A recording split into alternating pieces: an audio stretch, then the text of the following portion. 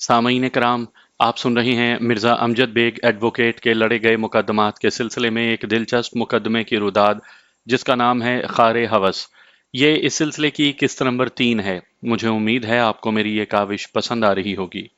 آپ نے اگر ابھی تک میرا چینل مائی وائس سبسکرائب نہیں کیا تو ابھی میرے چینل کو سبسکرائب کر کے بیل نوٹیفیکیشن آن کر لیجئے تاکہ آنے والی ہر نئی کہانی کی اطلاع بر وقت آپ تک پہنچ سکے۔ بیگ صاحب، مجھے ایک ناکردہ جرم میں خواہ مخواہ گرفتار کر لیا گیا ہے۔ آپ کی بھرپور وکالت ہی مجھے اس مصیبت سے نجات دلا سکتی ہے۔ میں نے کہا، میں آپ کو باعزت بری کروانے کی پوری کوشش کروں گا۔ پہلے ذرا میں اس کیس کی تفصیلات جان لوں۔ اس سلسلے میں پولیس والوں کے موقف سے آگاہ ہونا بہت ضروری ہے۔ میں بھی تھانے دار سے مل کر ایف آئی آر کے بارے میں پوچھتا ہوں۔ میں نے چند لمحے رک کر سانس درست کی اور گہری سنجیدگی سے پوچھا، آپ کے خیال میں ظاہر شاہ کو کون قتل کر سکتا ہے؟ خدا ہی بہتر جانتا ہے، وہ حوالات کے چھت کی طرف دیکھتے ہوئے بولا۔ اس جیسے لوگ اپنے سینکڑوں دشمن بنا لیتے ہیں۔ موقع ملنے پر کوئی بھی کام دکھا سکتا ہے۔ میں نے کہا، موقع ملنے پر کام دکھانے کی بات آپ نے خوب کہی۔ ظاہر کے قاتل نے آپ کے وہاں جانے کا خوب استعمال کیا ہے۔ کرائم سے تو یہی ظاہر ہوتا ہے کہ قاتل نے یہ موقع بڑے سلیقے سے نکالا ہے۔ آپ کا کیا خیال ہے؟ آپ کی بات میں خاصا وزن ہے، وہ تائیدی انداز میں بولا۔ مجھے بھی کچھ ایسے ہی محسوس ہوتا ہے۔ میں نے دھیمے لہجے میں استفسار کیا، فردوس بیگم کے بارے میں آپ کا کیا خیال ہے؟ میرا انداز ایسا رازدارانہ تھا کہ وہ میری بات کی گہرائی کو نہیں پہنچ سکا اور جلدی سے بولا، فردوس کو میں 2 سال پہلے طلاق دے چکا ہوں۔ میں نے زیر لب مسکراتے ہوئے کہا، میں دوبارہ رجوع کرنے کی بات نہیں کر رہا۔ میں تو آپ سے یہ جاننا چاہ رہا تھا کہ کہیں ظاہر شاہ کے قتل میں فردوس بیگم کا تو ہاتھ نہیں؟ فردوس سے تو کچھ بعید نہیں، وہ نفرت آمیز لہجے میں بولا۔ وہ بڑی فتنہ پرور عورت ہے، لیکن میرا خیال ہے وہ ظاہر شاہ کو قتل نہیں کر سکتی۔ اس منحوس کی ہی خاطر تو اس احمق عورت نے اپنا گھر اجاڑا تھا۔ میں داؤد کی اس رائے پر کوئی تبصرہ نہیں کرنا چاہتا تھا۔ اگر فردوس کردار کے حوالے سے واقعی ایسی عورت تھی جیسا داؤد نے بیان کیا تھا، تو پھر وہ خطرناک عورتوں میں شمار کیے جانے کے قابل تھی۔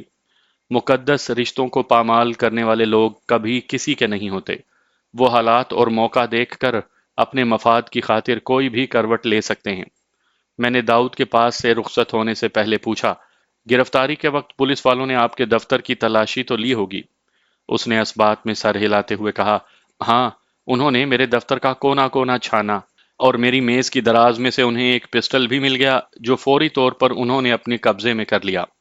داؤد کے جواب پر میں چونک اٹھا اور پوچھا، کیا وہ پستول آپ کی ملکیت ہے؟ جی ہاں، وہ میرا ذاتی پستول ہے، اس نے بتایا، لائسنس یافتہ۔ کیا ظاہر شاہ سے ملنے کے لیے جاتے وقت وہ پستول اپنے ساتھ لے گئے تھے؟ میں نے سوال کیا۔ اس نے نفی میں جواب دیا، نہیں، پستول یہی میری میز کے اندر ہی موجود تھا۔ میں نے کافی عرصے سے اسے میز کی دراز میں سے نہیں نکالا۔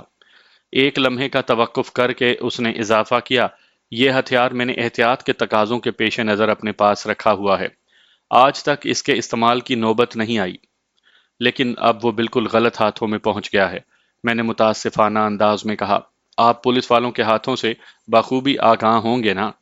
ہاں، میں نے ان کے بارے میں بہت کچھ سن رکھا ہے، وہ برا سا منہ بناتے ہوئے بولا، لیکن واسطہ پہلی مرتبہ پڑا ہے۔ میں مزید 2 4 ہدایات کے بعد اسے تسلی دے کر حوالات کے سامنے سے ہٹ گیا۔ اس دوران میں وہ کانسٹیبل 1 2 مرتبہ ادھر کا چکر لگا چکا تھا۔ ایک مرتبہ وہ مخصوص انداز میں کھنکارا بھی تھا، جس کا واضح مطلب یہی تھا کہ اب ہمیں اس ملاقات کو ختم کر دینا چاہیے۔ میں تھانہ انچارج کے کمرے کے سامنے سے گزرا تو اس نے تمسخرانہ انداز میں کہا، بیگ صاحب، ملزم کو بیان رٹوا دیا آپ نے یا کوئی کسر رہ گئی ہے؟ میں نے بھی جواباً طنزیہ لہجے میں کہا، آپ نے کوئی کسر چھوڑی تھی کہ میں اس مظلوم پر تباہ آزمائی کرتا؟ بائی دا وے، اس پستول کا آپ کیا کریں گے جو ملزم داؤد نظامی کے دفتر سے آپ لوگوں نے برآمد کیا ہے؟ ہم اس کا اچار ڈالیں گے، وہ نیم مزاحیہ انداز میں بولا۔ اس کے ساتھ ہی اس نے اپنی مونچھ کو مروڑا دیا اور کہا، ایسے آتشی کھلونوں کا بڑا چٹپٹا اور لذیذ اچار بنتا ہے۔ اگر آپ خواہش کریں تو عدالت میں ایک آدھ پیس آپ کو بھی چکھا دیا جائے گا۔ میں نے صرف مسکرانے پر اکتفا کیا اور تھانے سے باہر آ گیا۔ داؤد نظامی بیٹھے بٹھائے ایک مصیبت میں گرفتار ہو گیا تھا۔ میرے خیال میں اسے اپنے داماد کے بلانے پر اس کے دفتر نہیں جانا چاہیے تھا، یا پھر یہ قدم اٹھانے سے پہلے وہ مجھ سے مشورہ کر لیتا تو اس ناگہانی سے بچ سکتا تھا۔ اس بات میں تو کسی شک و شبے کی گنجائش نہیں ہو سکتی تھی کہ ظاہر شاہ واقعی قتل ہو چکا تھا، ورنہ پولیس والوں کو اتنا کھٹراگ پھیلانے کی کیا ضرورت تھی؟ یہ بات البتہ قابل غور تھی کہ ظاہر کو کس نے قتل کیا تھا۔ میں چاہتا تو تھانے دار سے ایف آئی آر کے بارے میں استفسار کر سکتا تھا، لیکن اس کے تیوروں کو دیکھتے ہوئے میں نے یہ کوشش نہیں کی۔ مجھے یقین تھا کہ وہ کوئی کام کی بات اگل کر نہیں دے گا۔ میں گھر پہنچا تو تھوڑی ہی دیر کے بعد بیگم داؤد کا فون آ گیا۔ بیگ صاحب، زحمت دینے کے لیے پیشگی معذرت چاہتی ہوں۔ دراصل میں ضمانت کے سلسلے میں آپ سے تفصیل پوچھ نہیں سکی تھی۔ کل پولیس والے داؤد کو عدالت میں پیش کریں گے۔ میں چاہتی ہوں کہ آپ کل ہی اس کی ضمانت کروا دیں۔ یقیناً آپ کو ایسا ہی چاہنا بھی چاہیے سہرش صاحبہ، میں نے کہا، لیکن ایک بات کی میں وضاحت کر دوں کہ قتل کے ملزم کی ضمانت آسانی سے نہیں ہوتی۔ آسانی سے نہیں تو مشکل سے ہو جائے، وہ سنجیدگی سے بولی۔ پیسہ خرچ کرنے میں نہ میں کنجوس ہوں اور نہ ہی داؤد تنگ دل ہے۔ میں اپنی پوری کوشش کروں گا سہرش صاحبہ، میں نے تسلی آمیز لہجے میں کہا۔ آپ اس سلسلے میں بے فکر ہو جائیں۔ پھر میں نے اسے آئندہ 10 منٹ تک ضمانت کے قانونی طریقے کے بارے میں بتایا۔ جب سہرش نے فون بند کیا تو کافی حد تک مطمئن ہو چکی تھی۔ اگلے روز پولیس نے ملزم داؤد کو عدالت میں پیش کر کے اس کا 15 دن کا ریمانڈ حاصل کر لیا۔ میں نے اپنے موکل کی ضمانت کے کاغذات داخل کرتے ہوئے اس کی ضمانت کروانے کی بھرپور کوشش کی، مجھے کامیابی حاصل نہ ہو سکی۔ جج نے 7 یوم کا ریمانڈ دے کر ملزم کو پولیس کی تحویل میں دے دیا۔ میرے لیے خلاف توقع کچھ نہیں ہوا تھا۔ میں جانتا تھا کہ میرے موکل کی ضمانت ہونا تقریباً ناممکن ہے۔ آئندہ پیشی پر پولیس نے چالان پیش کر دیا۔ جج نے فرد جرم پڑھ کر سنائی اور ملزم نے صحت جرم سے انکار کر دیا۔ اس پر جج نے وکیل استغاثہ کو اشارہ کیا، جس کا واضح مطلب یہی تھا کہ وہ استغاثہ کو ثابت کرنے کے لیے گواہوں کی شہادت کا سلسلہ شروع کرے۔ عدالتی کارروائی کا احوال بیان کرنے سے قبل میں چند اہم باتیں بتانا چاہوں گا۔ میرے موکل کی پہلی بیوی فردوس اس کیس میں نہایت ہی لیڈنگ کردار ادا کر رہی تھی۔ وہ ایک طرح سے اس مقدمے کی مدعی ہونے کا رول ادا کر رہی تھی اور استغاثہ کے گواہوں کی فہرست میں بھی اس کا نام موجود تھا۔ فردوس کے بارے میں جن نئی باتوں کا پتہ چلا وہ داؤد کے لیے بھی انکشاف انگیز تھیں، جن کا ذکر عدالتی کارروائی کے دوران میں مناسب موقع پر آئے گا۔ پولیس نے اس واقعے کو ایک سیدھا سادہ قتل کا کیس گردانا تھا۔ فردوس کی اطلاع پر پولیس جائے وقوع پر پہنچی تھی اور انہوں نے مقتول ظاہر شاہ کی لاش اس کے دفتر میں پائی۔ مقتول کو اس کی کرسی پر بیٹھے ہوئے کھوپڑی میں 2 گولیاں مار کر قتل کیا گیا تھا۔ مقتول کے دفتر میں 2-3 مقامات پر ملزم کی انگلیوں کے نشانات بھی پائے گئے تھے۔ ازاں بعد فردوس کی نشاندہی پر پولیس نے ملزم کے ہوٹل پہنچ کر اس کے دفتر سے اسے گرفتار کر لیا تھا۔ اس موقع پر پوسٹ مارٹم کی رپورٹ کا ذکر کرنا بھی ضروری سمجھتا ہوں۔ اس رپورٹ کے مطابق مقتول کی موت 18 جنوری کی سپہر 3 اور 4 بجے کے درمیان واقع ہوئی تھی۔ اس موت کا سبب وہ 2 گولیاں تھیں جو مقتول کی کھوپڑی میں عقبی سمت سے اتار دی گئی تھیں۔ گولیوں کا کیلیبر اشاریہ 3.8 تھا اور وہ ایک سائلنسر لگے پستول سے فائر کی گئی تھیں۔ یہ ایک اتفاق تھا کہ پولیس نے ملزم کے دفتر سے جو پستول برآمد کیا اس کا کیلیبر بھی اشاریہ 3.8 ہی تھا، تاہم پولیس کے ہتھے چڑھنے والے پستول پر سائلنسر نہیں لگا ہوا تھا۔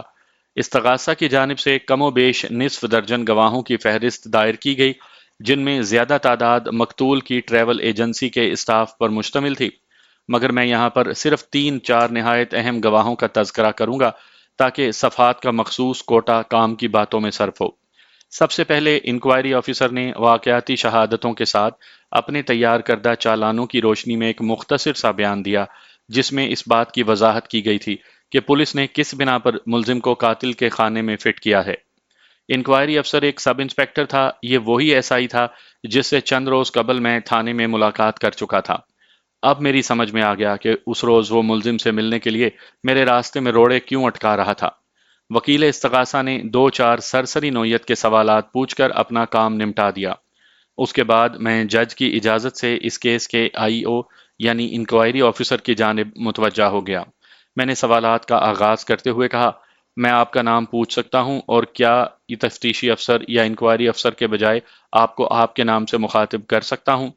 بڑے شوق سے وہ دوستانہ انداز میں بولا، تاہم اس کے چہرے کا تناؤ یہ ظاہر کرتا تھا کہ وہ خلاف مزاج ایسا نرم رویہ اختیار کرنے پر مجبور ہے۔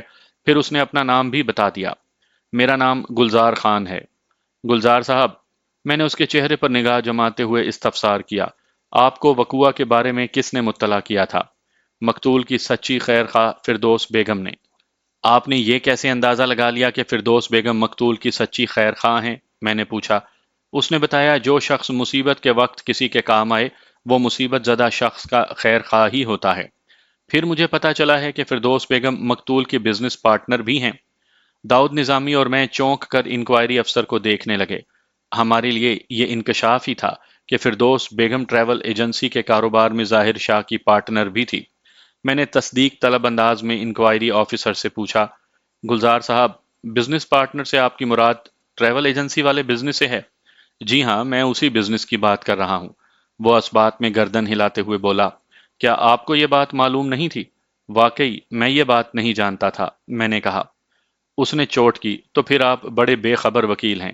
میں نے اس کی بات کی گہرائی میں جانا مناسب نہیں سمجھا اور اگلا سوال کیا، گلزار صاحب، آپ کو وقوعہ کی اطلاع کتنے بجے دی گئی تھی؟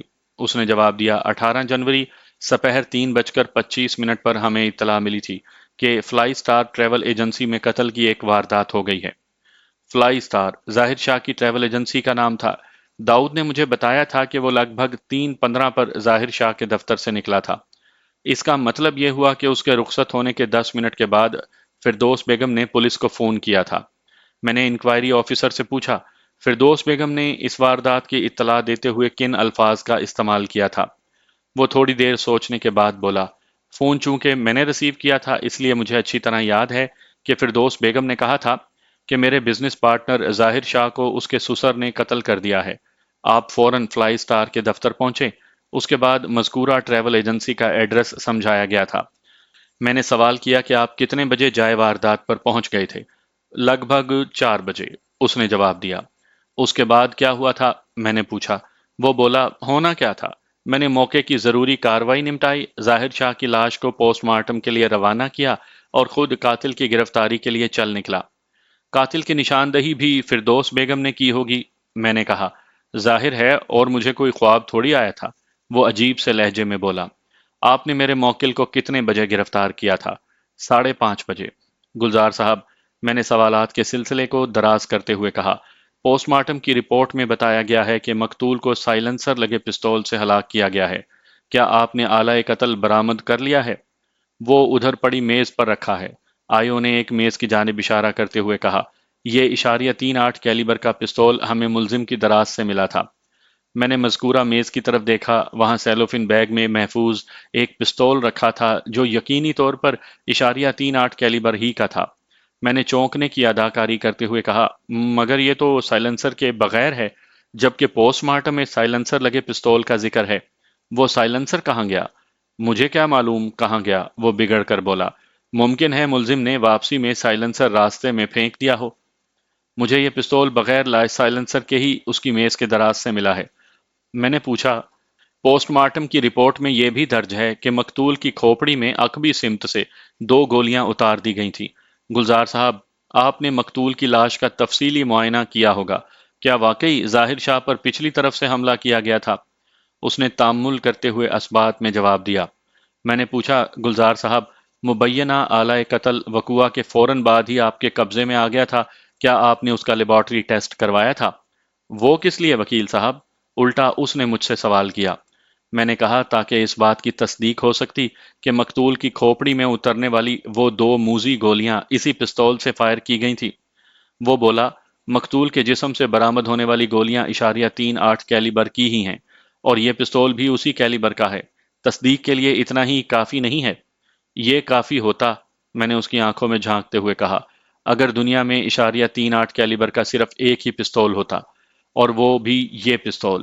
میں نے میز پر موجود سیلوفین بیگ کے اندر رکھے پستول کی جانب اشارہ کرتے ہوئے کہا، آپ کی باتوں اور کیس کے موجودہ ریکارڈ سے تو یہی ظاہر ہوتا ہے کہ آپ نے اس پستول کو لیبارٹری بھیجنے کی زحمت ہی نہیں کی۔ کیا میں غلط کہہ رہا ہوں؟ اس نے کندھے اچکائے اور بغلے جھانک کر رہ گیا۔ میں نے مزید 1-2 سوالات کے بعد جرا کا سلسلہ موقوف کر دیا۔ استغاثہ کا اگلا گواہ فلائی سٹار ٹریول ایجنسی کا بکنگ مینیجر انجم کرمانی تھا۔ گزشتہ پیشی پر صرف آئیو سے سوال جواب ہو سکے تھے۔ باقی وقت عدالت کی ابتدائی کاروائی ہی میں گزر گیا تھا۔ انجم کرمانی کی عمر لگ بھگ 42 سال ہوگی۔ اس نے ڈریس پینٹ پر پھولدار شرٹ پہن رکھی تھی جو اس کے زندہ دل ہونے کا ثبوت تھا۔ وہ ایک صحت مند اور چاق و چوبند نظر آنے والا شخص تھا۔ وٹنس باکس میں آنے کے بعد اس نے اپنا حلفیہ بیان ریکارڈ کروایا، پھر وکیل استغاثہ جرح کے لیے آگے بڑھا۔ انجم صاحب، وکیل استغاثہ نے ایکیوزڈ باکس میں کھڑے میرے موکل کی جانب اشارہ کرتے ہوئے کہا، کیا آپ اس شخص کو جانتے ہیں؟ بہت اچھی طرح جانتا ہوں، گواہ نے جواب دیا۔ یہ میرے باس ظاہر شاہ کا سسر ہے، بلکہ تھا۔ اب تو یہ رشتہ اس لیے ناپید ہو چکا ہے کہ داماد ہی دنیا میں موجود نہیں رہا۔ وکیل استغاثہ نے پوچھا، وقوعہ کے روز یعنی 18 جنوری کو آپ ایجنسی میں اپنی ڈیوٹی انجام دے رہے تھے، کیا آپ نے ملزم کو وہاں دیکھا تھا؟ میں نے ملزم داؤد نظامی کو اس روز 2 مرتبہ ایجنسی میں دیکھا تھا، گواہ انجم کرمانی نے جواب دیا۔ ایک بار ایجنسی میں داخل ہوتے وقت اور دوسری دفعہ وہاں سے رخصت ہوتے وقت۔ پھر تو آپ نے اس کے چہرے کے تاثرات کا بھی جائزہ لیا ہوگا؟ جی ہاں، گواہ نے اثبات میں جواب دیا۔ اس روز ملزم مجھے خاصا جلال میں نظر آیا تھا۔ ذرا اس جلال کی وضاحت کریں گے؟ وضاحت؟ وہ سوچنے والے انداز میں بولا، بس یوں سمجھیں کہ وہ اس دن بہت غصے میں تھا۔ ایجنسی میں آمد پر میں نے اس سے نظر ملتے ہی سلام بھی کیا تھا، مگر اس نے میرے سلام کا جواب نہیں دیا اور دن دناتے ہوئے باس کے کمرے میں گھس گیا۔ دیکھیں جی، میں تو اسے اپنے باس کا سسر سمجھ کر عزت دیتا تھا۔ اس نے میرے سلام کا مثبت جواب نہیں دیا تو میں نے ذرا بھی محسوس نہیں کیا۔ تاہم جب وہ باس کے کمرے سے نکلا تو مجھے اس کا چہرہ دیکھ کر حیرت ہوئی تھی کہ مجھے یوں محسوس ہوا تھا جیسے وہ دن دہاڑے وہاں ڈکیتی مار کر فرار ہونے کی کوشش کر رہا ہو۔ گواہ کی بات ختم ہوئی تو وکیل استغاثہ نے مزاح کے رنگ میں پوچھا، مسٹر کرمانی، آپ نے فرار ہوتے ہوئے ایک ڈکیت کو روکنے کی کوشش نہیں کی تھی؟ وہ گڑبڑا گیا اور بولا، جناب، میں نے تو ملزم کی اس وقت کی کیفیت بیان کی ہے، وہ واقعتاً تو ڈکیتی کی واردات کر کے فرار نہیں ہو رہا تھا۔ چلیں ٹھیک ہے، وکیل استغاثہ نے مضحکہ خیز انداز میں میری جانب دیکھتے ہوئے کہا، پھر گواہ کی طرف متوجہ ہوا، مسٹر کرمانی، جب ملزم چوروں کی طرح ایجنسی سے فرار ہونے میں کامیاب ہو گیا تو اس کے بعد کیا ہوا تھا؟ اس کے فوراً بعد میڈم فردوس باس کے کمرے سے باہر نکلیں اور انہوں نے چیخ کر کہا، پکڑو اس مردود بڈھے کو، وہ ظاہر کو قتل کر کے فرار ہو رہا ہے۔ پھر؟ وکیل استغاثہ نے جلدی سے کہا۔ پھر کیا؟ گواہ نے ایک گہری سانس خارج کرتے ہوئے کہا، ملزم تو اس وقت تک وہاں سے جا چکا تھا۔ میڈم فردوس نے فوراً فون کر کے پولیس کو بلا لیا۔ اس کے بعد جو کچھ پیش آیا وہ قانون کے عدالتی کاغذات میں محفوظ ہو چکا ہے۔ وکیل استغاثہ نے جرح ختم کر دی۔ میں اپنی باری پر جرح کرنے کے لیے گواہوں والے کٹہرے کے پاس آیا۔ چند لمحات تک خاموشی سے گواہ انجم کرمانی کو دیکھتا رہا، پھر سوالات کا آغاز کرتے ہوئے کہا، انجم کرمانی صاحب، آپ ماشاءاللہ بہت سمجھدار اور بردبار دکھائی دیتے ہیں۔ مجھے امید ہے آپ میرے سوالوں کے مناسب اور ٹھیک ٹھاک جواب دیں گے۔ وہ منہ سے کچھ نہیں بولا، بس مسکرا کر رہ گیا۔ میں نے یہ بات خام خواہ ہی کہی تھی جس کا کوئی خاص مقصد نہیں تھا۔ گواہ منتظر نگاہ سے میری جانب دیکھنے لگا۔ میں نے اسے پوچھا، مسٹر انجم، آپ کو فلائی سٹار ٹریول ایجنسی میں کام کرتے ہوئے کتنا عرصہ ہوا ہے؟ کم و بیش 5 سال، گواہ نے جواب دیا۔ میں ایجنسی کے ابتدائی دنوں ہی سے باس ظاہر شاہ کے ساتھ تھا۔ ایجنسی کو قائم ہوئے کتنا عرصہ ہوا ہے؟ کوئی 6 ساڑھے 6 سال۔ کیا شروع ہی سے ایجنسی ایسی ہی تھی جیسی آج ہے؟ نہیں، اس نے نفی میں گردن ہلاتے ہوئے بتایا۔ پہلے ابتدا میں یہ ایجنسی صرف ایک دکان پر مشتمل تھی، پھر جب بعد میں کام بڑھتا گیا تو ظاہر صاحب نے برابر کی دکان بھی خرید کر ایجنسی میں شامل کر لی۔ اس سے کئی فائدے ہوئے۔ ایک تو سٹاف کو کھلم کھلا کام کرنے کے لیے ایک وسیع حال میسر آ گیا، اور پھر باس نے اپنا عالی شان علیحدہ دفتر بھی بنا لیا۔ پہلے باس دکان کے ایک کونے میں چھوٹے سے کیبن میں بیٹھتے تھے اور سٹاف کا ایک حصہ ہی نظر آتے تھے۔ مسٹر انجم، آپ نے اپنے باس کے آفس کی خصوصاً تعریف کی ہے، کیا وہ بے پناہ خوبیوں کا حامل ہے؟ میں نے ایک خاص مقصد کے تحت یہ سوال کیا تھا۔ وہ بولا، ظاہر ہے جناب، جب کھلے ہاتھ سے پیسہ خرچ کیا جائے تو چیز میں خوبیاں ہی خوبیاں جمع ہو جاتی ہیں۔ وہ آفس 2 حصوں پر مشتمل ہے اور دونوں حصوں کی خوبی یہ ہے کہ وہ مکمل طور پر ساؤنڈ پروف ہیں۔ اگر ان کے دروازے بند کر دیے جائیں تو اندر کی آواز باہر اور باہر کی آواز اندر نہیں جا سکتی۔ اس طرح باس اور اسٹاف کے درمیان ایک مکمل پردہ بھی حائل ہو گیا، جو اطمینان بخش اور معیاری کام کے لیے ضروری ہے۔ اس کے علاوہ آفس میں استعمال ہونے والی ہر شے اعلیٰ درجے کی اور انتہائی قیمتی ہے۔ مسٹر انجم، آپ نے اپنی 5 سالہ سروس کے دوران میں اپنے باس ظاہر شاہ کو کیسا پایا تھا؟ میں نے سوالات کے سلسلے کو آگے بڑھاتے ہوئے پوچھا۔ ایک فرسٹ کلاس، وہ جلدی سے بولا۔ باس تمام اسٹاف کے ساتھ بہت اچھے تھے اور ان کے دکھ سکھ میں شرکت ضروری سمجھتے تھے۔ میں نے پوچھا، مسٹر انجم، آپ نے وکیل استغاثہ کے ایک سوال کے جواب میں بتایا ہے کہ ملزم کے ایجنسی سے رخصت ہونے کے فوراً بعد میڈم فردوس دفتر سے برآمد ہوئیں اور انہوں نے چیخ کر کہا کہ پکڑو اس مردود بڈھے کو، وہ ظاہر کو قتل کر کے فرار ہوا ہے۔ اس کے فوراً بعد میڈم نے پولیس کو اطلاع بھی دے دی۔ جی ہاں، میں نے یہی بیان دیا ہے، گواہ نے کہا۔ میں نے پوچھا، اس کا مطلب تو یہ ہے کہ میڈم فردوس پہلے سے وہاں دفتر کے اندر موجود تھیں؟ جی ہاں، اس کا تو واقعی یہی مطلب ہے۔ چند روز پہلے مجھے پتا چلا ہے کہ madam Firdous fly star travel agency میں حصے دار ہیں۔ اس شراکت داری کی کیا نوعیت ہے؟ میں نے چبھتے ہوئے لہجے میں دریافت کیا۔ وہ بولا، میرا خیال ہے ان کے درمیان 51 اور 49 کی شراکت داری ہے۔ 51 کون ہے؟ جہاں تک میری معلومات ہیں میڈم فردوس 51 کی پارٹنر ہیں۔ یہ ایک اور انکشاف تھا۔ اس کا مطلب یہی تھا کہ فردوس نے ظاہر شاہ ہی کو نہیں، اس کے بزنس کو بھی گھیرے میں لے رکھا تھا۔ وہ اس مقصد میں کیوں کر کامیاب ہو سکی تھی، یہ سب کچھ گواہ سے پوچھنا فضول تھا، اس لیے میں نے اسے دوسرے زاویے سے آزمایا۔ مسٹر انجم کرمانی، اس کا مطلب ہے کہ میڈم فردوس بھی ظاہر شاہ کی طرح تمہاری لیڈی باس ہیں، بلکہ وہ کچھ زیادہ ہی ہیں۔ اس میں کیا شک ہے؟ وہ کندھے اچکاتے ہوئے بولا۔ میں نے پوچھا، کیا میڈم فردوس بھی باقاعدگی سے دفتر میں آ کر بیٹھتی ہیں؟ وہ باقاعدہ بیٹھتی تو نہیں، البتہ دن میں ایک آدھ چکر ضرور لگا لیتی ہیں۔ وقوعہ کے روز وہ کتنے بجے فلائی سٹار پہنچی تھی؟ میرا خیال ہے دوپہر 1 بجے۔ کیا وہ اکیلی آئی تھی؟ نہیں، اس نے نفی میں گردن ہلائی۔ ان کے ساتھ ایک نوجوان لڑکا بھی تھا جو انہیں دفتر کے اندر پہنچا کر واپس چلا گیا تھا۔ کیا آپ اس لڑکے کو جانتے ہیں؟ نہیں، میں نے اسے اس روز پہلی مرتبہ دیکھا تھا، گواہ نے جواب دیا۔ مسٹر انجم، کیا مقتول یعنی تمہارے سابق باس ظاہر شاہ کے کمرے دفتر تک پہنچنے کے لیے اسٹاف والے ہال سے گزرنا پڑتا ہے؟ جی ہاں، عموماً حال ہی میں سے گزر کر سب ملاقاتی باس کے کمرے تک پہنچتے ہیں، اس نے جواب دیا۔ اس طرح تو وہ تمام لوگ ہماری نظر میں بھی رہتے ہیں۔ آپ نے لفظ عموماً استعمال کیا ہے، میں نے گواہ انجم کرمانی کی آنکھوں میں جھانکتے ہوئے کہا۔ خصوصاً کے بارے میں آپ کا کیا خیال ہے؟ وہ گڑبڑا گیا، پھر سنبھلتے ہوئے بولا، دیکھیں جناب، باس کے کمرے تک جانے کے لیے ایجنسی کے ہال سے گزرنا ضروری ہے۔ باس کے دفتر کے دوسرے حصے کا ایک دروازہ عقبی جانب بغلی گلی میں بھی کھلتا ہے، جو عموماً بند ہی رہتا ہے۔ باس اسے استعمال نہیں کرتے، لیکن اس کے استعمال پر قدرت رکھتے ہیں۔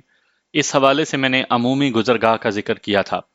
ٹھیک ہے، ٹھیک ہے، اس وضاحت کا شکریہ، میں نے کہا۔ پھر پوچھا، مسٹر کرمانی، کیا آپ کو معلوم ہے کہ آپ کی میڈم فردوس اور ملزم داؤد نظامی کے درمیان ماضی میں کیا رشتہ رہا ہے؟ وہ اس بات میں گردن ہلاتے ہوئے بولا، جی ہاں، میڈم پہلے ملزم کی بیوی ہوا کرتی تھی۔ 2 سال پہلے یہ رشتہ ختم ہو گیا۔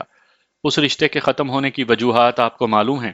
میں کسی کی ذاتی زندگی میں زیادہ دلچسپی نہیں لیتا، وہ نگاہ چراتے ہوئے بولا۔ میں نے کہا، میڈم فردوس آپ کی لیڈی باس ہیں۔ دوسری جانب ظاہر شاہ نہ صرف میڈم کا بلکہ ملزم کا بھی داماد تھا۔ آپ کو ان کی ذاتی زندگی میں دلچسپی ہونی چاہیے تھی۔ آپ نے ایک غیر فطری بات کی ہے۔ انسان کا تجسس اور جبلی تقاضے اسے بہت کچھ جاننے پر اکساتے رہتے ہیں۔ میں اپنے کام سے کام رکھنے والا آدمی ہوں، وہ رکھائی سے بولا۔ گویا آپ آدمی ہیں بہت کام کے، میں نے مبہم انداز میں کہا۔ وہ خاموشی سے مجھے تکنے لگا۔ میں نے پوچھا، مسٹر کرمانی، کیا آپ یہ بتانا پسند فرمائیں گے کہ آپ کی میڈم فردوس روز اول ہی سے فلائی سٹار کی شراکت دار ہیں یا وہ بعد میں اس بزنس میں شریک ہوئی ہیں؟ آپ تو ماشاءاللہ کم و بیش 5 سال سے ایجنسی کی اونچ نیچ سے آگاہ ہیں۔ اس نے جواب دیا، مجھے اچھی طرح یاد ہے، میڈم 2 سال پہلے اس بزنس میں شامل ہوئی ہیں۔ ظاہر شاہ اور میڈم فردوس کے درمیان پارٹنرشپ بزنس کا ایگریمنٹ بھی جبھی ہوا تھا۔ ویسے وہ پہلے بھی باقاعدگی سے ایجنسی آتی جاتی رہتی تھی۔ 2 سال پہلے کا مطلب یہ ہوا کہ ملزم سے طلاق پانے کے بعد وہ فلائی سٹار میں شامل ہوئی تھی، میں نے سوچ میں ڈوبے ہوئے لہجے میں کہا۔ میں نے بتایا ہے نا، ان طلاق اور علیحدگی کے معاملات سے مجھے کوئی سروکار نہیں، گواہ انجم کرمانی نے چڑھ کر کہا۔ بس مجھے جو معلوم تھا وہ میں نے آپ کو بتا دیا۔ حقیقت یہی ہے کہ میڈم 2 سال پہلے فلائی سٹار میں شامل ہوئی ہیں۔ اگر آپ اپنے مالکان کے ذاتی معاملات میں دلچسپی نہیں رکھتے تو پھر آپ کو یہ بھی معلوم نہیں ہوگا کہ آپ کی میڈم فردوس نے ملزم داؤد نظامی سے طلاق پانے کے بعد ایک ریٹائرڈ اعلیٰ سرکاری افسر سے شادی کر لی تھی جو صرف 6 ماہ قائم رہ سکی۔ میں اس بارے میں کچھ نہیں جانتا، وہ خشک لہجے میں بولا۔ میں نے کہا اور آپ یہ بھی نہیں جانتے ہوں گے کہ آپ کے باس ظاہر شاہ کا اس کی بیوی یاسمین سے شدید جھگڑا چل رہا تھا، جس کے نتیجے میں یاسمین نے خلا کا دعویٰ دائر کر رکھا ہے۔ میں نے کہا نا، مجھے ان معاملات سے کوئی دلچسپی نہیں، وہ بیزاری سے بولا۔ میں نے اس کی چڑچڑاہٹ اور بیزاری کو نظر انداز کرتے ہوئے اپنے مخصوص تیکھے سوالات کا سلسلہ جاری رکھا اور کہا، مسٹر انجم کرمانی، آپ تو اس بات سے بھی بے خبر ہوں گے کہ وقوعہ کے روز ملزم کیوں اور کس مقصد کے لیے اپنے داماد سے ملنے آیا تھا۔ اس نے منہ سے کچھ بولنے کے بجائے نفی میں گردن جھٹک دی۔ میں نے کہا، آپ نے کبھی یہ معلوم کرنے کی کوشش بھی نہیں کی ہوگی کہ آپ کے دونوں باسز کے درمیان کس قسم اور کس نوعیت کے تعلقات ہیں؟ آپ جان بھی کیسے سکتے ہیں ان کی ملاقاتیں ساؤنڈ پروف کمروں میں ہوتی تھی؟ کیا میں غلط کہہ رہا ہوں؟ میرے سوال کے جواب میں گواہ انجم کرمانی کے بجائے وکیل استغاثہ چلا اٹھا۔ وہ کافی دیر کے بعد بولا تھا اور بہت ہی ستھرا بولا تھا، جیسے مردہ کفن پھاڑ کر بولتا ہے۔ وکیل استغاثہ نے اپنی فائلوں پر ایک زوردار گھونسا رسید کرتے ہوئے احتجاجی لہجے میں کہا، objection your owner, it is too much. میرے فاضل دوست اپنے غیر متعلقہ اور بے معنی سوالات سے گواہ کو ٹینشن میں مبتلا کرنے کی صحیح کر رہے ہیں۔ انہیں اس قسم کی حرکت سے باز رہنے کی تلقین کی جائے۔ جج نے وکیل استغاثہ کے اعتراض کو درست تسلیم کرتے ہوئے مجھ سے کہا، بیگ صاحب، آپ اپنے سوالات کو زیر سماعت مقدمے تک محدود رکھیں۔ مجھے اور کچھ نہیں پوچھنا یور آنر، میں نے بڑے مؤدب انداز میں گردن جھکاتے ہوئے کہا اور اپنے لیے مخصوص نشست پر آ کر بیٹھ گیا۔ اس کے ساتھ ہی عدالت کا مقررہ وقت ختم ہو گیا۔ جج نے 15 روز بعد کی تاریخ دے کر عدالت برخاست کرنے کا اعلان کر دیا۔ ہم عدالت کے کمرے سے باہر آئے تو بیگم داؤد یعنی سہرش نے مجھ سے کہا، بیگ صاحب، آپ تو جرا کے آخری حصے میں خاصے جذباتی ہو گئے تھے۔ وہ تو اچھا ہوا آج فردوس عدالت میں موجود نہیں تھی، ورنہ کوئی بھی ہنگامہ پھوٹ سکتا تھا۔ میں نے کہا، سہرش صاحبہ، مجھے یہ بات معلوم تھی کہ فردوس آج غیر حاضر ہے۔ ویسے اگر وہ موجود بھی ہوتی تو کسی قسم کے ہنگامے کے امکانات نہیں تھے۔ شاید آپ پہلے کبھی عدالت نہیں آئیں۔ ہاں، یہ میرا پہلا اتفاق ہے، وہ صاف گوئی سے کام لیتے ہوئے بولی۔ میں نے کہا، سہرش صاحبہ، عدالت کے کمرے میں اور خصوصاً جج کی موجودگی میں تو چھوٹے موٹے ہنگامے کا بھی مطلب ہوتا ہے سزا، یعنی جیل۔ یہاں سب کچھ سننا پڑتا ہے۔ ویسے آپس کی بات ہے، سہرش نے رازدارانہ انداز میں کہا، اس وقت تک جیل کی گاڑی داؤد نظامی کو لے کر جا چکی تھی اور ہم اپنی اپنی گاڑی میں بیٹھنے کے لیے پارکنگ لاٹ کی طرف جا رہے تھے۔ میں سہرش کی جانب متوجہ ہوا تو وہ بولی، آپ نے استغاثہ کے گواہ انجم کرمانی سے آخری 2-3 سوالات کسی خاص مقصد کے تحت کیے تھے؟ ہاں، آپ کا اندازہ بالکل درست ہے، میں نے اسبات میں جواب دیا۔ واقعی ان سوالات سے میں ایک خاص مقصد حاصل کرنا چاہتا تھا اور میں اپنے مقصد میں کامیاب بھی رہا ہوں۔ جب میں میڈم فردوس پر جرا کروں گا تو آپ بھی میرے منصوبے سے آگاہ ہو جائیں گی۔ میں فردوس کو سوالات کی چکی میں پیس کر رکھ دوں گا۔ میں آپ کے منصوبے کے بارے میں کوئی سوال نہیں کروں گی، سہرش نے سمجھداری کا ثبوت دیتے ہوئے کہا۔ ویسے میں جتنے دن عدالتی کارروائی دیکھنے آئی ہوں، اس سے میں نے اندازہ لگا لیا ہے کہ عدالت کا کمرہ کسی اکھاڑے سے کم نہیں۔ آپ کا اندازہ 100% درست ہے سہرش صاحبہ۔ مزید 2-4 ضروری باتوں کے بعد ہم اپنی اپنی گاڑی کی جانب بڑھ گئے۔